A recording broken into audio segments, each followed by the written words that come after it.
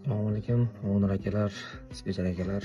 Hammamiz xabarimiz bor. 2019 dekabr oralig'ida USda market qanday bo'lganligidan, Amazon qanaqa yonganligidan.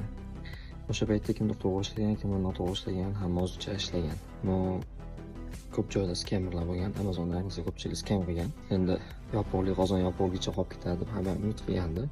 Уже Amazon sekin ular ham kovlashtirib 3 yil o'tadi, 4 yil o'tadi, farqi yo'q. O'sha summalarda lekinlar topib audit qilishni boshlagan va undan ko'ryapmiz kecha chiqqan yangilik. Amir Nasir degan owner 23 ta kompaniya ochib, Amazon account ochib ulardan skam qilgan ekan. 3 milliondan ortiqroq summani Amazondan o'g'irlagan sifatida, gumondor sifatida ushlashibdi. Hozir o'shani qamoqqa olishibdi. Shunga nima deydi? To'g'ri ishlagan baribir yaxshi.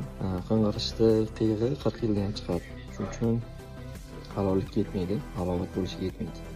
Sog' bo'linglar, to'g'ri ishlanglar, halollikda gap katta bo'ladi.